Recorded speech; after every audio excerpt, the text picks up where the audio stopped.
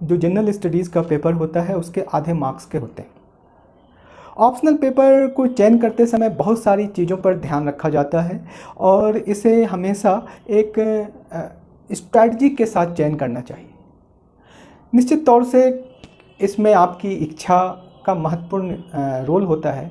बहुत सारे लोग ये आपसे कहते हैं कि जो सब्जेक्ट आपको पढ़ने में इंटरेस्ट लगता हो उसे आप ऑप्शनल के रूप में चयन करना चाहिए, पर यह धारणा कुछ अंश तक सही है और इसके विपरीत अगर आप देखें तो ऑप्शनल सब्जेक्ट को चयन करते समय कई चीज़ों का ध्यान रखना चाहिए। फर्स्ट ऑफ ऑल, क्या उस एरा में यानी पिछले 4 या 5 वर्षों में उस ऑप्शनल्स को किस तरह से मार्क्स आ रहे हैं, नंबर 1।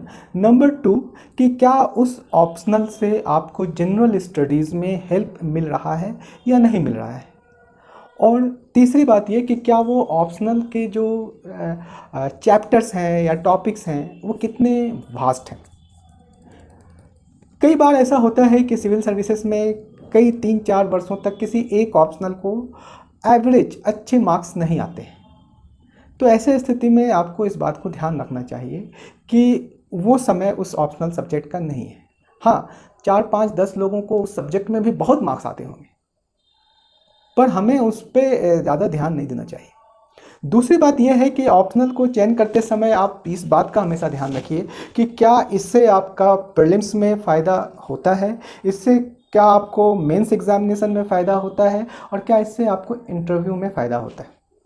आपने देखा होगा आज के समय में, यानी आज 5 साल 6 साल से आपने देखा होगा कि बहुत बड़ी संख्या में जो टेक्निकल बैकग्राउंड के स्टूडेंट्स हैं, लाइक इंजीनियरिंग, मेडिकल के बच्चे जो हैं, वो सिविल सर्विसेज में टॉप रैंक ला रहे हैं और बड़ी संख्या में उनका चयन हो रहा है।